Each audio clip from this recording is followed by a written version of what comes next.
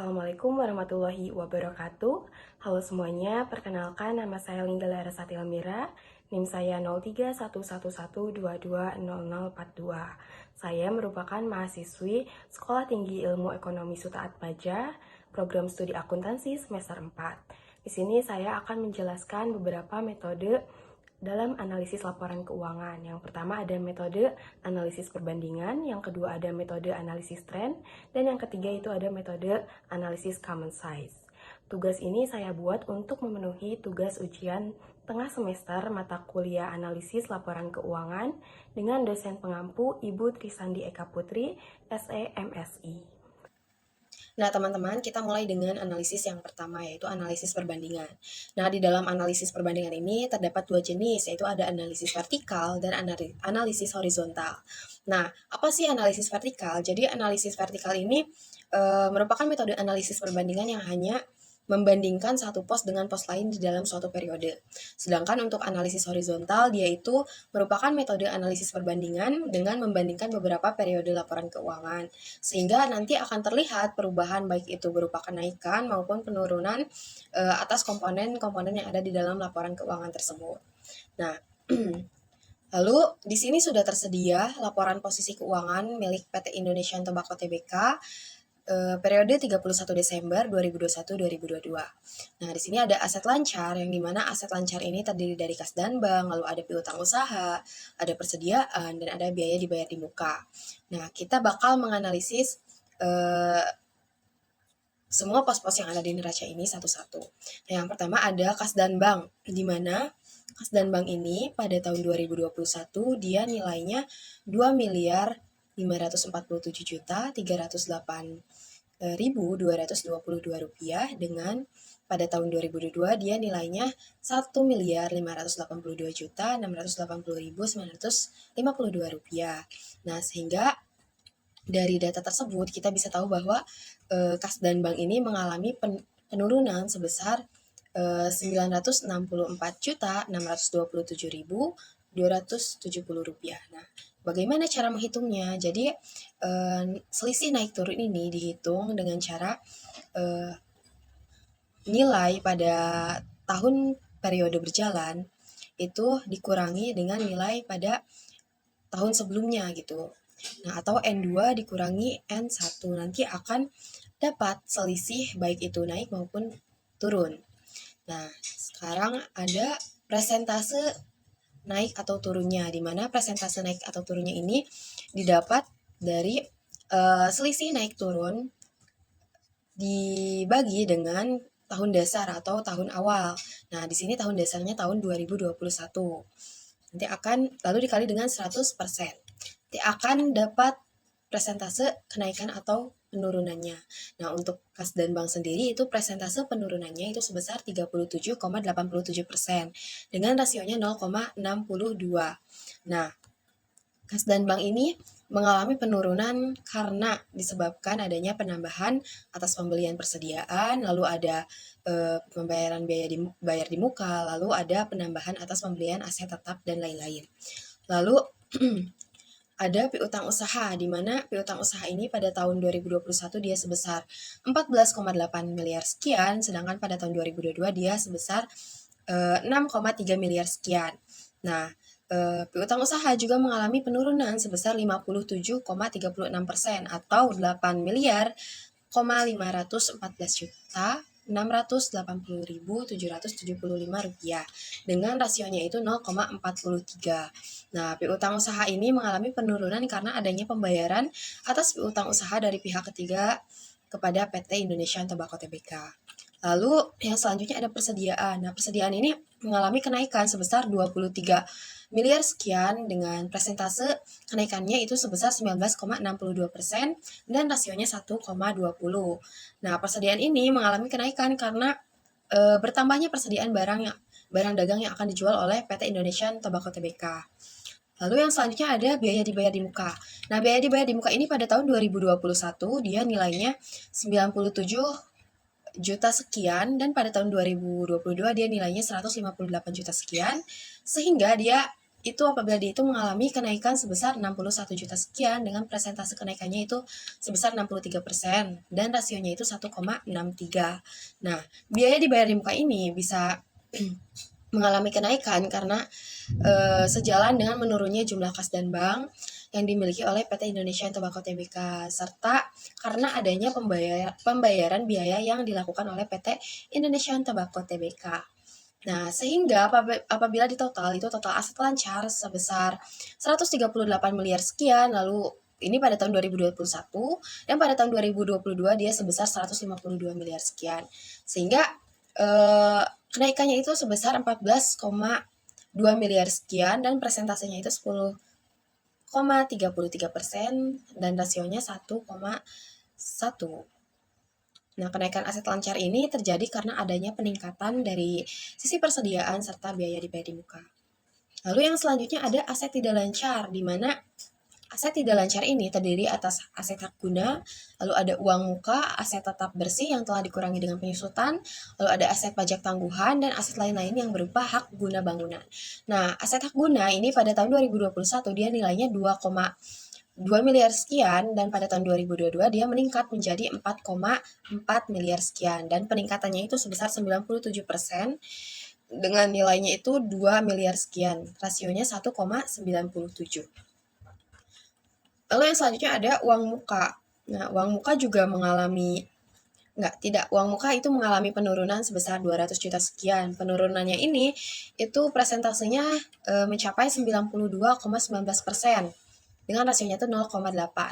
Nah, uang muka ini menurun karena adanya penyelesaian atau realisasi atas pembayaran uang muka sebelumnya. Lalu yang selanjutnya ada aset tetap bersih yang telah dikurangi dengan penyusutan. Di mana aset tetap bersih ini nilainya pada tahun 2021 itu nilainya 384 miliar sekian dan pada tahun 2022 itu nilainya meningkat menjadi 394 miliar sekian. Nah, peningkatannya itu sebesar 2,74% atau 10,5 miliar sekian dengan rasio 1,03. Nah, aset tetap bersih ini dapat meningkat karena adanya pembelian yang dilakukan oleh PT Indonesia Tobacco Tbk. Lalu yang selanjutnya ada aset pajak tangguhan. Ini nih, aset pajak tangguhan. Dia mengalami penurunan sebesar 18,53% dengan rasionya itu 0,81. Nah, penurunan ini dapat terjadi karena adanya pemanfaatan aset pajak tangguhan. Lalu yang selanjutnya ada aset lain-lain yang terdiri atas hak guna bangunan. Nah, dia ini mengalami penurunan sebesar 18,18% atau setara dengan 9.851.575 rupiah dengan rasionya itu 0,82. Nah, sehingga total aset tidak lancarnya ini dia pada tahun 2021 nilainya itu 3,88 miliar sekian, sedangkan pada tahun 2022 dia nilainya 400 miliar sekian. Sehingga terjadi kenaikan sebesar 3,14% atau 12,2 miliar sekian dengan rasionya itu 1,03. Lalu ada total aset. Nah, total aset ini secara keseluruhan dia mengalami kenaikan sebesar 5,03% atau setara dengan 26.503.138.778 rupiah dengan rasionya itu 1,05. Nah, lalu yang selanjutnya ada ekuitas. Nah, teman-teman untuk perhitungan dari selisih, lalu presentase dan rasionya itu sama seperti yang di awal ya. Ada utang bank, di mana di sini terdiri dari liabilitas jangka pendeknya itu terdiri dari utang bank, lalu ada utang usaha, utang pajak, beban akrual, pendapatan diterima di muka, liabilitas sewa, lalu ada liabilitas jangka panjang yang jatuh tempohnya itu kurang dari 1 tahun. Terdiri dari liabilitas pembiayaan konsumen dan utang bank. Nah, utang bank di sini itu pada tahun 2021 itu sebesar 99 miliar sekian dan pada tahun 2022 itu berkurang menjadi 79 miliar sekian. Nah, pengurangannya ini presentasenya sebesar 19,80 miliar. Nah, atau 19,80% atau 19,7 miliar sekian. Rasionya 0,8. Nah, utang bank ini menurun karena adanya pembayaran utang bank yang dilakukan oleh PT Indonesia Tobacco Tbk kepada bank yang bersangkutan. Ada utang usaha. Nah, utang usaha ini dia mengalami penurunan 4,18% karena PT Indonesia Tobacco Tbk ini melakukan pembayaran utang usaha kepada pihak ketiga. Nah, lalu ada beban akrual, dia meningkat 3,08%. Lalu ada yang tadi ada utang pajak ya. Lalu ada beban akrual, dia meningkat 30,54%. Dan ada pendapatan diterima di muka, dia menurun 100% ya. Nilainya sama dengan nilai pada tahun awal. Pada liabilitas sewa, dia menurun 8,73%. Lalu ada liabilitas pembiayaan konsumen, dia menurun 19,37%, dan utang bank itu meningkat 32,65% dari tahun 2021. Sehingga apabila dihitung total liabilitas secara keseluruhan, dia itu mengalami penurunan sebesar 8,60%, yang asalnya pada tahun 2021 dia senilai 157 miliar sekian, dan pada tahun 2022 dia menurun menjadi 144 miliar sekian dengan rasionya itu 0,91. Nah, penurunan liabilitas jangka pendek ini terjadi karena ada sebagian liabilitas jangka pendek yang telah dibayarkan oleh PT Indonesia Tobacco Tbk. Gitu. Lalu ada liabilitas jangka panjang. Nah, di sini ada liabilitas pembiayaan konsumen. Dia meningkat 100%, lalu utang bank dia menurun 4,21%. Lalu ada liabilitas sewa, dia meningkat 100%. Lalu imbalan kerja jangka panjang dia menurun 18,53%. Sehingga total liabilitas jangka panjangnya itu pada tahun 2021 totalnya menjadi 44 miliar sekian, dan pada tahun 44,2 miliar sekian, dan pada tahun 2022 dia nilainya 44,6 miliar sekian. Jadi peningkatan sebesar 434 juta dan 15.744 rupiah. Dengan persentase kenaikannya ini sebesar 0,98% dan rasionya 1,1%. 1,1. Sehingga apabila ditotal antara liabilitas jangka pendek dan liabilitas jangka panjang itu secara keseluruhan liabilitas ini mengalami penurunan sebesar 6,50%. Lalu yang selanjutnya ada ekuitas.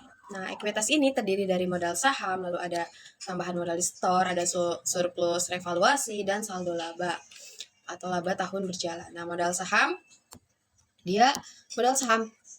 perusahaan ini pada tahun 2021 dan tahun 2022 itu sama, jadi tidak mengalami kenaikan ataupun penurunan.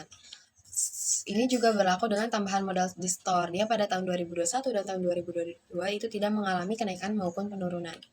Lalu ada surplus revaluasi, yaitu yang asalnya perusahaan ini pada tahun 2021 surplus revaluasinya 229 miliar sekian. Nah, pada tahun 2022 itu meningkat menjadi 244 miliar sekian. Dengan persentase peningkatannya itu sebesar 6,75%. Pada saldo labanya meningkat sebesar 234,05% dari tahun 2021. Sehingga total ekuitasnya itu menjadi pada tahun 2021 itu menjadi 324 miliar sekian, dan pada tahun 2022 dia meningkat menjadi 364 miliar sekian. Sehingga peningkatannya ini sebesar 12,21% atau 39 miliar 641 juta 694.131 rupiah dengan rasionya 1,12. Nah, apabila di total ya, ini sisi pasifa yaitu liabilitas dan ekuitas, dia secara keseluruhan mengalami kenaikan sebesar 5,03% atau 26 miliar sekian dengan rasionya tuh 1,05. Nah, ini untuk laporan posisi keuangan. Sedangkan selanjutnya ada analisis laporan laba ruginya. Nah, untuk perhitungannya itu sama, tidak berbeda jauh ya. Dimana penjualan ini apabila kita hitung dari tahun 2021 dan tahun 2022 dia mengalami kenaikan sebesar 17,11%. Nah, atau setara dengan 40 miliar rupiah sekian gitu. Dengan rasionya 101,17. Nah, penjualan ini kenapa dapat naik karena adanya peningkatan dalam permintaan produk yang dijual oleh PT Indonesian Tobacco Tbk. Lalu ada beban pokok penjualan, dia naik 18,78%. Nah, kenapa bisa naik? Karena kenaikan ini dapat terjadi karena adanya kenaikan harga bahan baku, lalu ada proses produksi, dan faktor lain dalam produksi. Sehingga beban pokok penjualannya pun ikut naik. Sehingga diperoleh nih laba brutonya jadi 12,53%. Ini peningkatannya ya. Yang asalnya dia 63 miliar sekian pada tahun 2021 dan pada tahun 2022 dia menjadi 71 miliar sekian. Sini ada beban usaha meningkat 16,04%, lalu ada laba penjualan aset tetap, ada penghasilan keuangan dia meningkat 3,89%, lalu laba penjualan aset tetap dia mengalami penurunan 30,57%, dan lain-lainnya, sehingga nanti diperoleh laba sebelum pajaknya tuh yang asalnya tahun 2021 dia 24 miliar sekian, naik pada tahun 2022 sebesar 32 miliar sekian. Nah, atau kenaikannya itu setara dengan 29,49% dengan rasionya 1,29. Jadi di sini ada pajak penghasilan di mana pajak penghasilan pada tahun 2021 dia 6 miliar sekian, sedangkan pada tahun 2022 dia 8 miliar sekian. Jadi meningkat ya, karena ini terjadi karena ada peningkatan terhadap laba sebelum pajak antara tahun 2021 dan tahun 2022.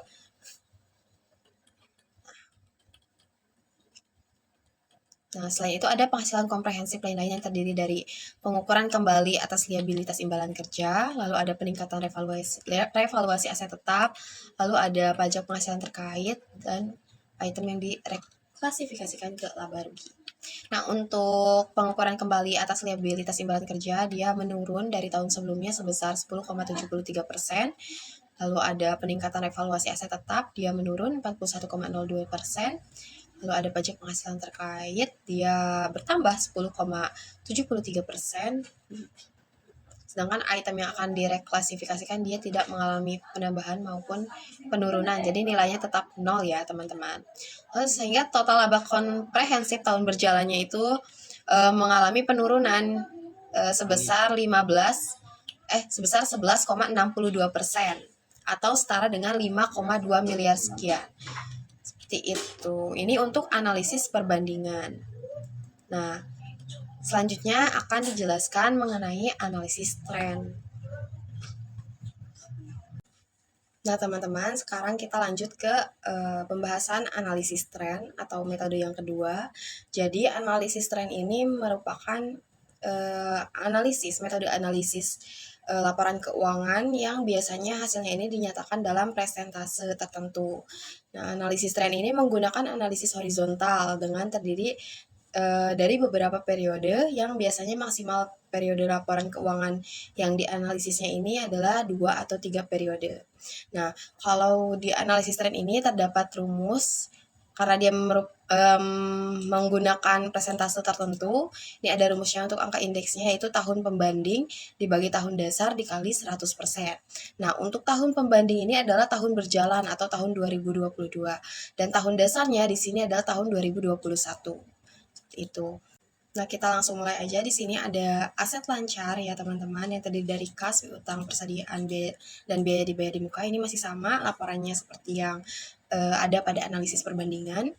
Nah, di sini kas dan banknya itu pada tahun 2021 sebesar 2.547.308.222 rupiah. Lalu pada tahun 2022 itu 1.582.680.952 rupiah.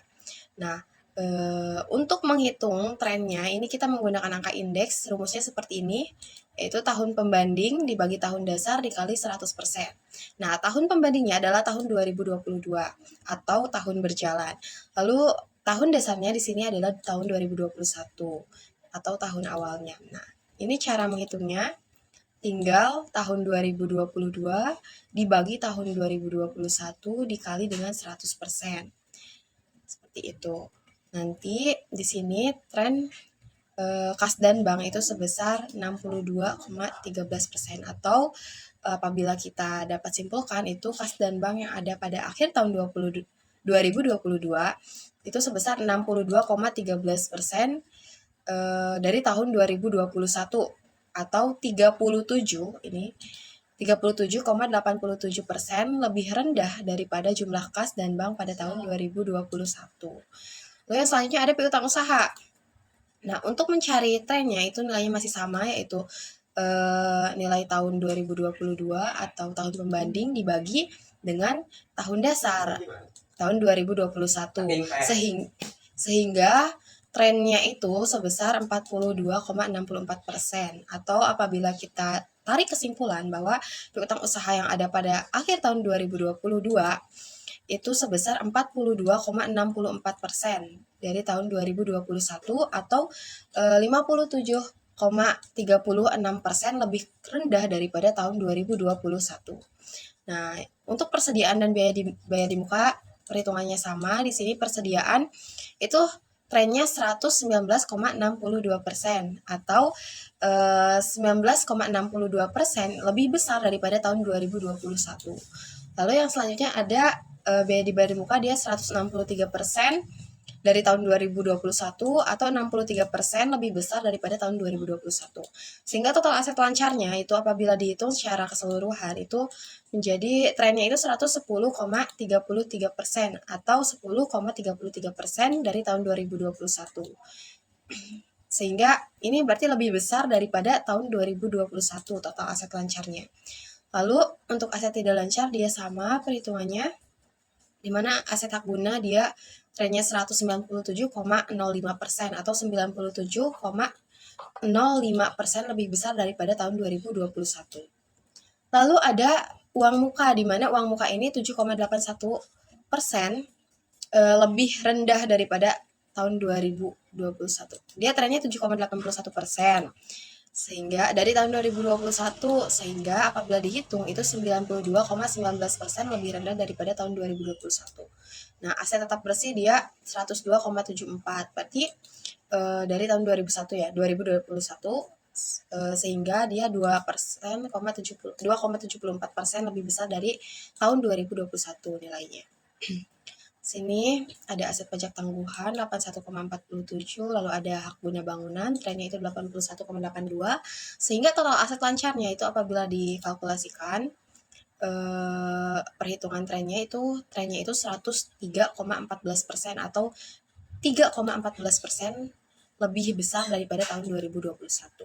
Dan total asetnya yaitu aset lancar dan tidak lancar dia 105,03% trennya atau 5,03% lebih besar daripada tahun 2021.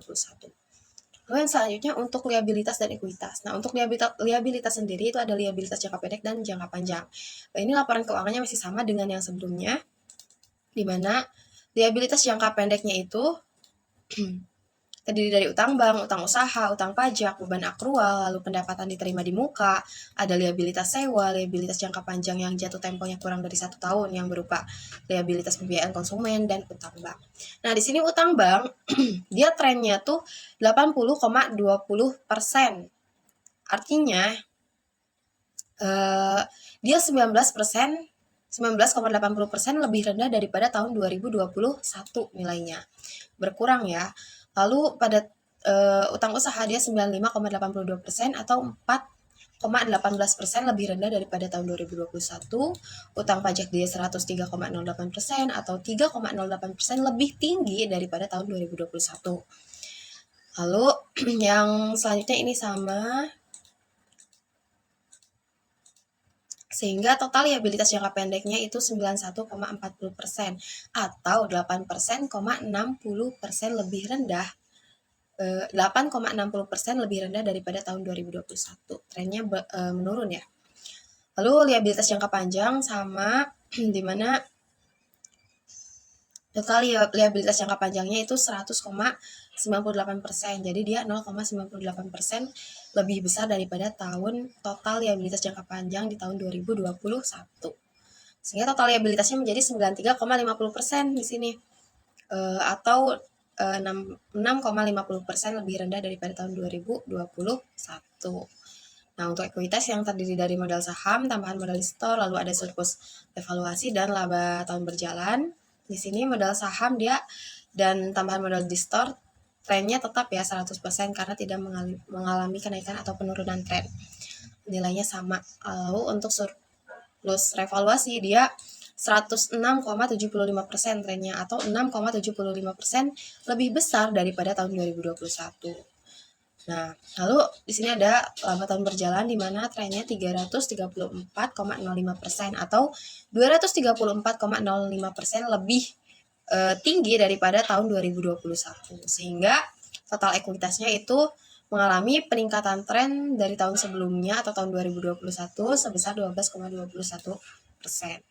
Nah, total liabilitas dan ekuitasnya itu mengalami tren sebesar 105,03% atau 5,03% lebih tinggi daripada tahun 2021. Nah, mungkin ini yang penjelasan mengenai analisis tren. Selanjutnya akan penjelasan mengenai analisis common size yang terakhir. Nah, teman-teman, selanjutnya itu ada metode analisis common size, di mana analisis common size ini dilakukan dengan membandingkan setiap perubahan dalam pos-pos dengan total aktiva atau total pasiva ataupun penjualan. Nah, di sini ini masih dengan laporan keuangan yang sama. Sini kas dan bank ada tahun 2021 dan tahun 2022. Nah, untuk menghitung nilai common size pada tahun 2021 itu bisa dilakukan dengan cara di sini kan kas dan bank. Dia pada tahun 2021 nilainya 2,5 miliar sekian. Tinggal dibagi dengan total aset.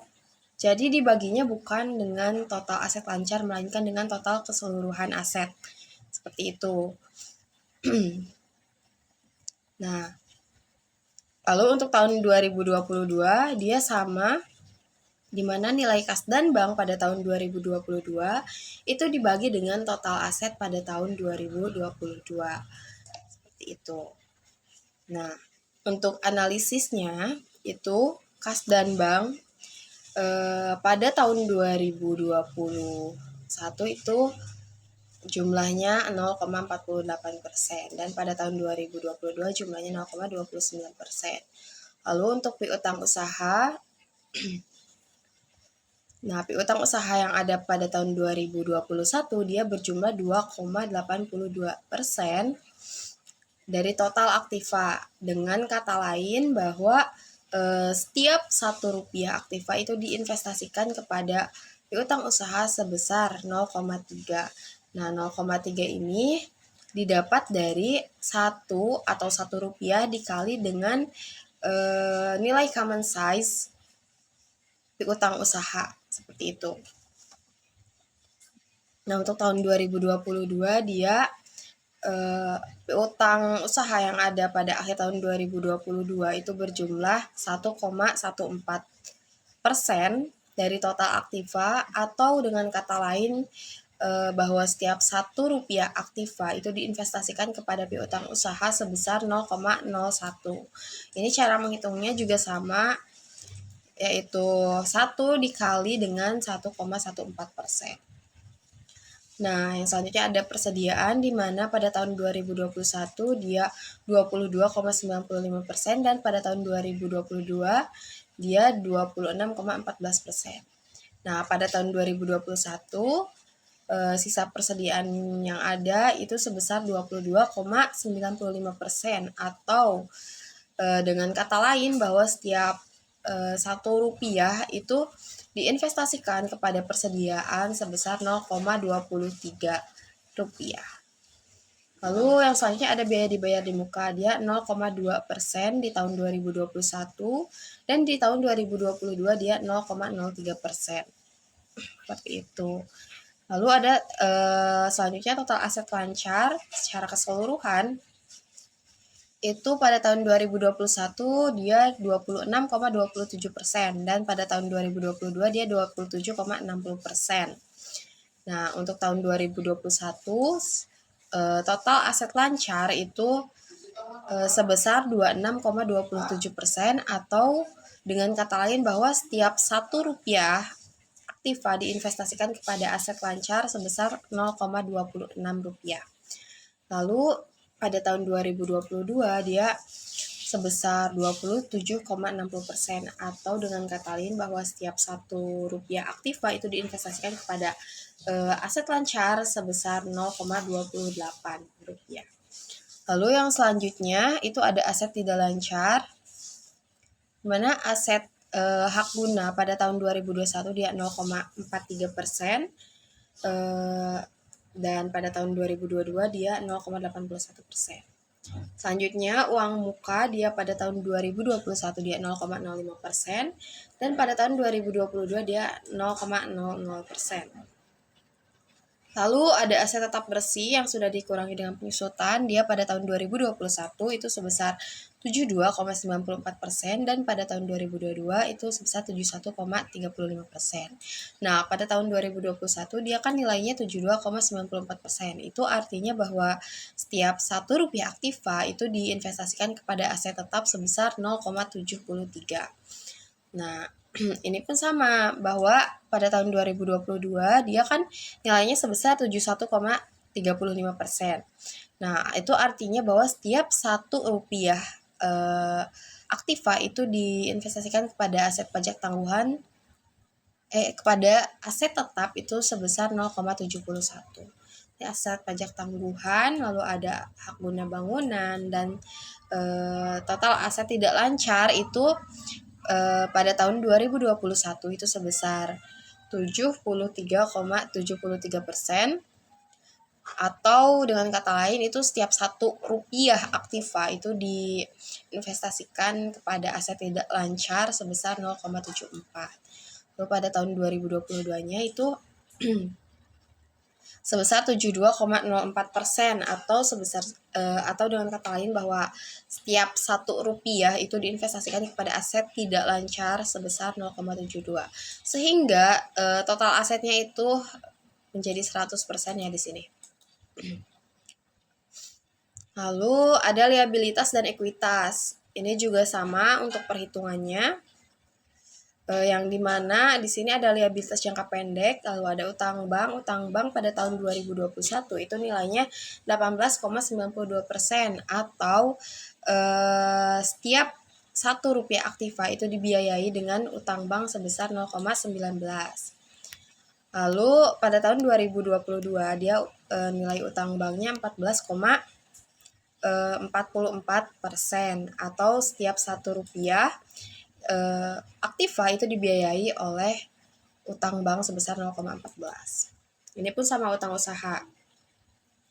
Di tahun 2021 dia 4,81, berarti tiap Rp1 aktiva itu dibiayai oleh 0,05 rupiah utang usaha.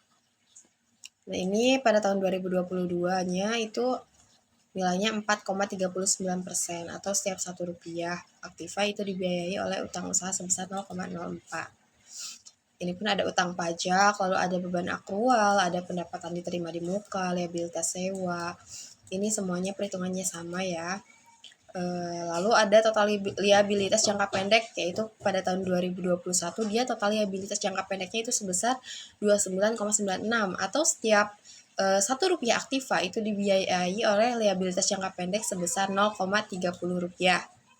Lalu pada tahun 2022, tadi 2021, sekarang 2022 itu total liabilitas jangka pendeknya itu sebesar 26,07%, atau setiap Rp1 aktiva itu dibiayai oleh 0,26 rupiah liabilitas jangka pendek. Liabilitas jangka panjang di sini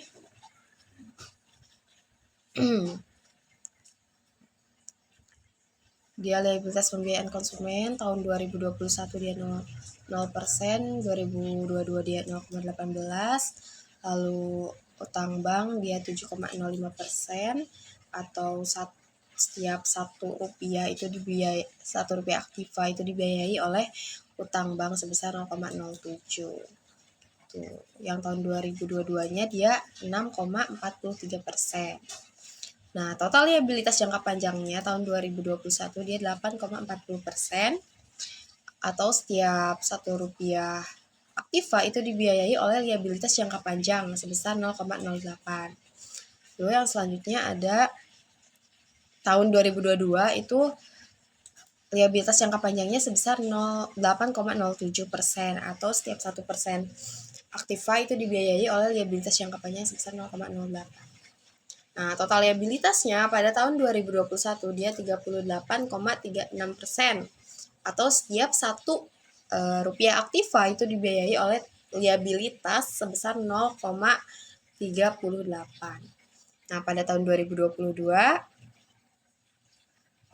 liabilitasnya itu 34,14% atau setiap satu rupiah aktiva itu dibiayai oleh total liabilitas sebesar 0,34 rupiah. Nah, lalu yang selanjutnya ada ekuitas, dia perhitungannya masih sama, di mana hasil perhitungan common size antara modal saham dan tambahan modal di setor itu sama ya. Seperti itu, tahun 2021 dan 2022. Lalu surplus revaluasi dia tahun 2021 43,56%, lalu atau dengan kata lain setiap satu rupiah aktiva itu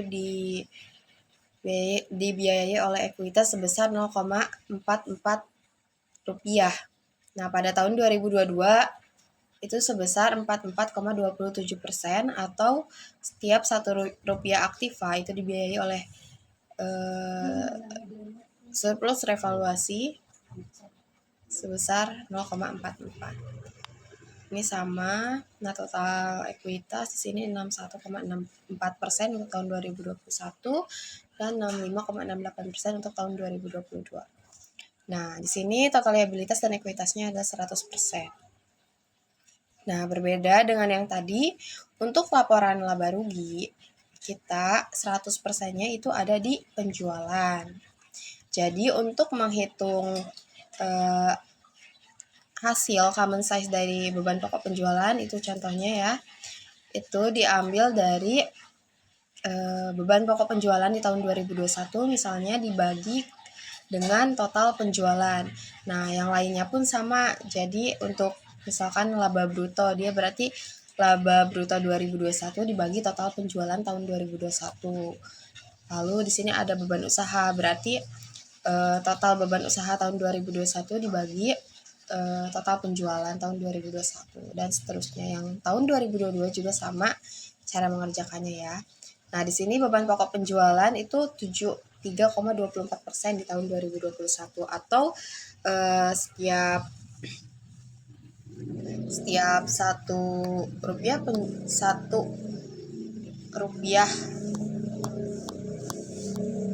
penjualan itu menghasilkan atau menyebabkan timbulnya beban pokok penjualan sebesar 0,73. Ini pun sama tahun 2022 dia 74,29%, berarti tiap satu rupiah penjualan itu menghasilkan beban pokok penjualan sebesar 0,74. Bawahnya juga sama ya, di sini laba brutonya tahun 2021 itu 26,76%. Berarti setiap satu rupiah penjualan itu menghasilkan laba bruto sebesar 0,27 rupiah, dan pada tahun 2022 dia 25,71% atau setiap satu rupiah penjualan dia menghasilkan laba bruto sebesar 0,26. Sini lalu ada beban-beban, ada beban usaha, ada penghasilan keuangan, laba penjualan aset tetap, ada selisih kurs, lalu ada beban keuangan, ada pemulihan imbalan kerja, dan ada lain-lain neto. Nah, laba sebelum pajaknya pada tahun 2021 dia sebesar 10,46%, dan atau setiap satu rupiah penjualan itu menghasilkan laba sebelum pajak sebesar 0,10. Nah, di tahun 2022 dia 11,56%. Nah, pajak penghasilannya dia tahun 2021 2,75 dan tahun 2022 dia 2,98%. Nah, laba tahun berjalannya di tahun 2021 dia 7,70%, atau setiap satu rupiah penjualan dia akan menghasilkan laba tahun berjalan sebesar 0,08 rupiah. Nah, pada tahun 2022 dia laba tahun berjalannya 8,58%, atau setiap satu rupiah penjualan itu menghasilkan laba tahun berjalan sebesar 0,09. Di sini ada penghasilan komprehensif lain-lain. Lalu ada total laba komprehensif di sini.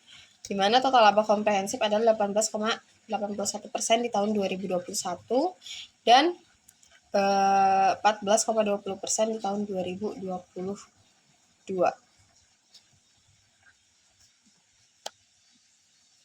Sudah selesai penjelasan dari ketiga metode. Yang pertama ada metode analisis perbandingan, yang kedua ada metode tren, dan yang ketiga ada metode common size. Seperti itu. Nah, teman-teman, mungkin itu saja penjelasan yang dapat saya sampaikan. Semoga materi yang dapat saya sampaikan dapat bermanfaat bagi teman-teman semuanya. Mohon maaf apabila ada kesalahan kata-kata. Terima kasih. Wassalamualaikum warahmatullahi wabarakatuh. Dadah.